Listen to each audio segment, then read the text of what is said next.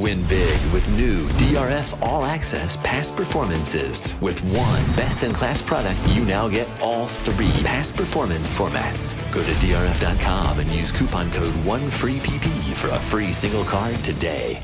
Hi, everybody. Dan Illman, Mike Beard, taking a look at race number 3 at Belmont at the Big A on Sunday. It's the $150,000 Chelsey Flower Stakes. These are 2-year-old fillies going 1 mile and a 16th on the outer turf. Before we take a look at the field, remember 10% off all DRF past performances. Shop now. Access the QR code on your screen. Use the coupon code DRFTV. 10. Here's the field for the Chelsey Flower. We've got 7 in here with the 7 Fortuna Mia entered main track only. Chad Brown as the morning line favorite, 9-5. Opulent Restraint coming off a pretty good trip win at Saratoga. Yeah, it's very lightly raced, very well-bred horse. Feels like she's really progressive, Dan, for Top Connection. She's 9-5. Rare Art to Force 2-1. You know, they're very close on the morning line. I feel like that's about right. They seem like the 2 right horses in here. And as in turf races in New York, you always have to be concerned about pace. It makes the race more often than not. And Duboff should be the speed in here, stretching out 3.5 furlongs off a gate-to-wire maiden win at the Meadowlands. Yes, Duboff can make the lead. The question is she good enough? Yeah, many questions for her to answer, even if she does make the early lead in here, Dan, which she certainly could. But it's not like there's a bunch of other slow horses in here. I don't think she's loose on the lead.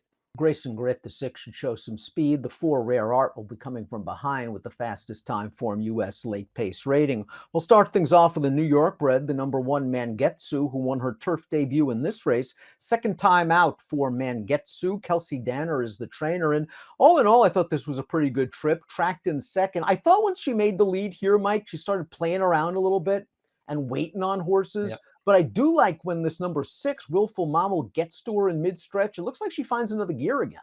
I agree with all that stuff, Dan. I mean, it did look like maybe she was waiting a little bit, but she's going to easily turn away this late run from a horse at the end of this race. I just thought all in all, she just ran really, really well in here. She got a perfect trip in this race, but she got a perfect trip because she had speed from the gate and put herself there. I mean, she could have made the lead in that race if they wanted it, but they didn't want it. They sat in behind, came clear, took over, liked the way she finished. She's going to be a fair price in this race. She's got another great post. She's Artiz, the number 2, really fits in this race. I'm not going to be fooled by her last 2 running lines. Don't be fooled, certainly, by the last race on dirt. I don't know if she could stand up on that surface. And 2 starts back in the P.G. Johnson. That was a slow-paced race that produced some good horses. The first 2 finishers returned from that race to place in graded stakes races with stereo 73 Beyer speed figures. She's Artiz's debut over this turf course. I know it was a sprint, was pretty good. Yeah, I'm with you. I really, really liked her debut, even though it was shorter. And she actually gave off the impression that she wanted more distance, even though she won going 6 furlongs.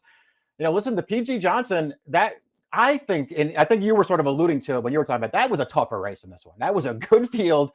She ran well in there, Dan. She got a good trip. She was in the mix down past mid-stretch, and ultimately she just wasn't good enough to beat those horses. This is a totally different field, and I feel like she fits a lot better in here. I could easily use this horse at the right price. Opulent Restraint put it all together second time out for Chad Brown in this race up at Saratoga, an open maiden.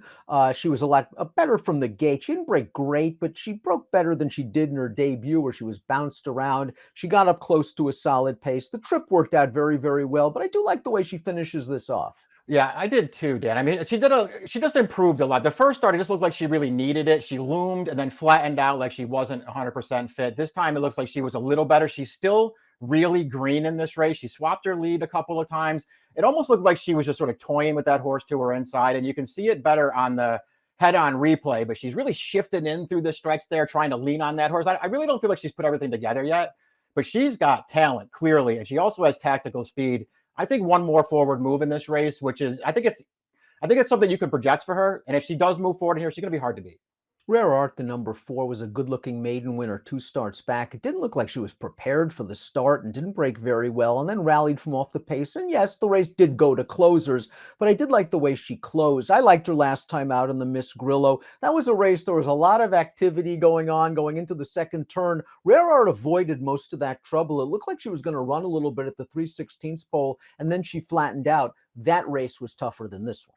Yeah, it certainly was 2 weeks ago, and Dutro's just going to wheel her back here into this is an easier spot. We'll just see if she can move forward one more time. I mean, there was a lot of trouble off the quarter pole in that Miss Grillo. She Rare Art was certainly bothered by it. I mean, you could see Rosario sort of take a hold of her. I think he wanted to go a little sooner. He just had to wait because there was so much going on in front of him. Then he got clear. I, like you, thought she flattened out at the end of that race, but she still ran fine in there with a little bit of trouble. We're going to get to another horse exiting that race who had way more trouble than she did.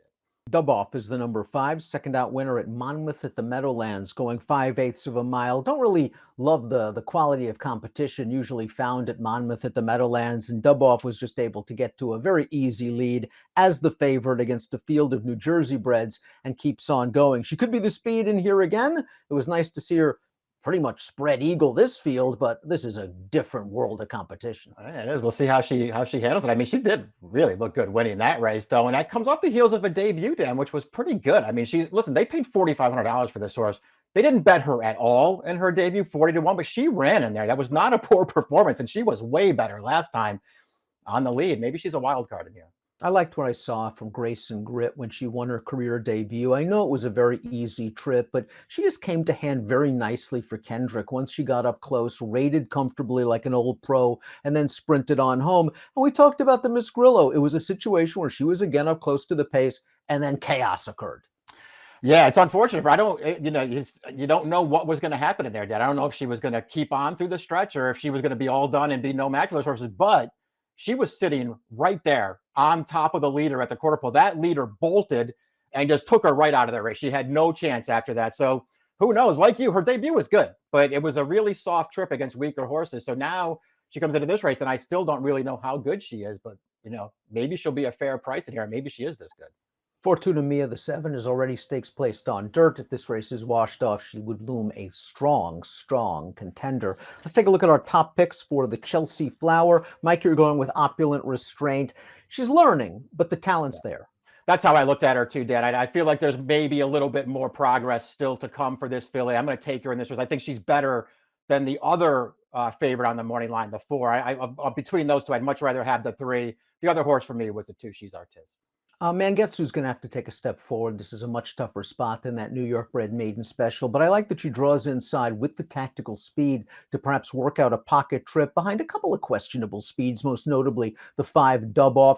We'll see how good she is. Again, she seemed to wait on horses turning for home. Maybe she's a little bit more professional this time around. 3-4-2-1 for Mike, 1-4-3-2 for me. It's the Chelsey Flower on Sunday at Belmont at the Big A. Good luck. Hey, buddy. Let me tell you something. If you really enjoyed this great content, just click the like and subscribe button right here. And if you enjoy the race of the day, stakes previews and lots more starring me, please click right here. You're not gonna regret it.